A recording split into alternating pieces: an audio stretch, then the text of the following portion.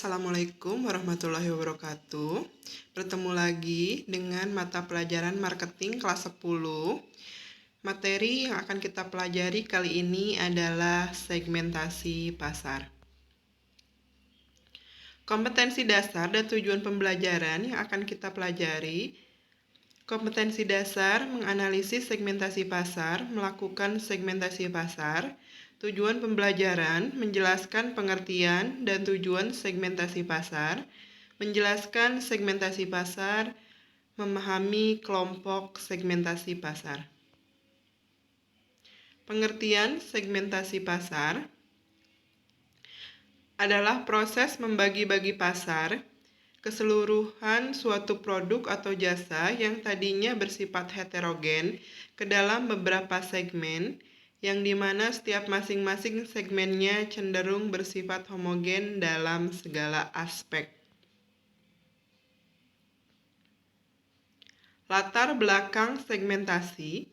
Sebelum segmentasi pasar, pasar relatif lebih kecil, need and wants relatif sama, produk massal, dan belum ada segmen khusus. Setelah segmentasi pasar, pasar lebih besar, need and wants sangat berbeda, produk lebih spesifik, dan terbagi ke dalam beberapa kelompok. Manfaat segmentasi pasar.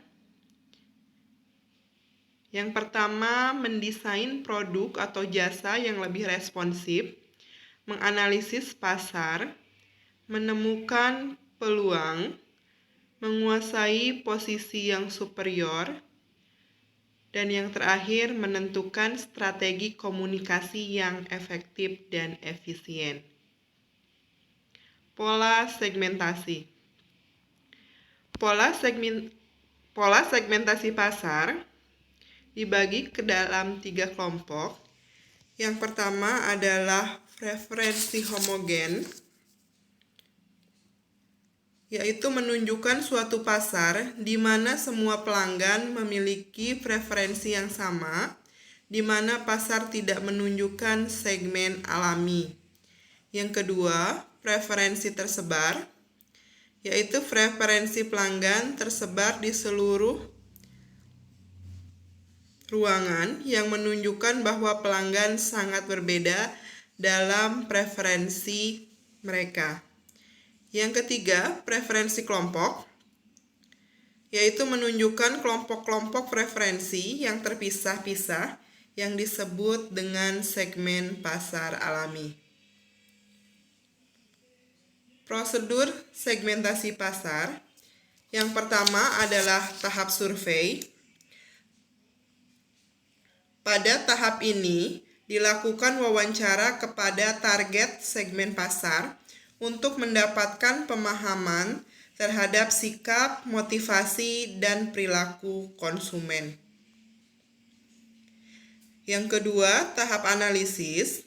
Pada tahap ini, data yang mengandung variabel-variabel berkorelasi tinggi dibuang. Kemudian dilakukan analisis kelompok untuk menghasilkan jumlah maksimum segmen yang berbeda. Yang ketiga adalah tahap pembentukan. Pada tahap ini dibentuk kelompok berdasarkan perbedaan sikap, perilaku, demografis, psikologis, psikografis, dan pola media. Kelompok segmentasi pasar dibagi ke dalam 4 kelompok. Yang pertama adalah segmentasi geografik. Strategi ini membagi konsumen berdasarkan unit geografis yang berbeda seperti negara, provinsi, kabupaten, atau kota. Yang kedua adalah segmentasi demografik. Strategi ini membagi konsumen berdasarkan karakteristik umum konsumen, misalnya usia, gender, pekerjaan, pendidikan, dan pendapatan. Yang ketiga adalah segmentasi psikografik. Segmentasi ini membagi konsumen berdasarkan hal yang disukai, kegiatan yang dilakukan, dan pendapat konsumen. Yang keempat adalah segmentasi perilaku. Segmentasi yang mengelompokkan konsumen dengan ditinjau dari perilakunya terhadap produk yang ditawarkan. Segmentasi pasar efektif. Yang pertama adalah measurable, yaitu segmentasi harus dapat diukur. Yang kedua, accessible, yaitu segmentasi harus dapat dicapai. Yang ketiga adalah different, segmentasi haruslah berbeda. Yang keempat adalah substansial, yaitu segmentasi harus cukup luas. Yang terakhir adalah durable, segmentasi harus dapat bertahan lama.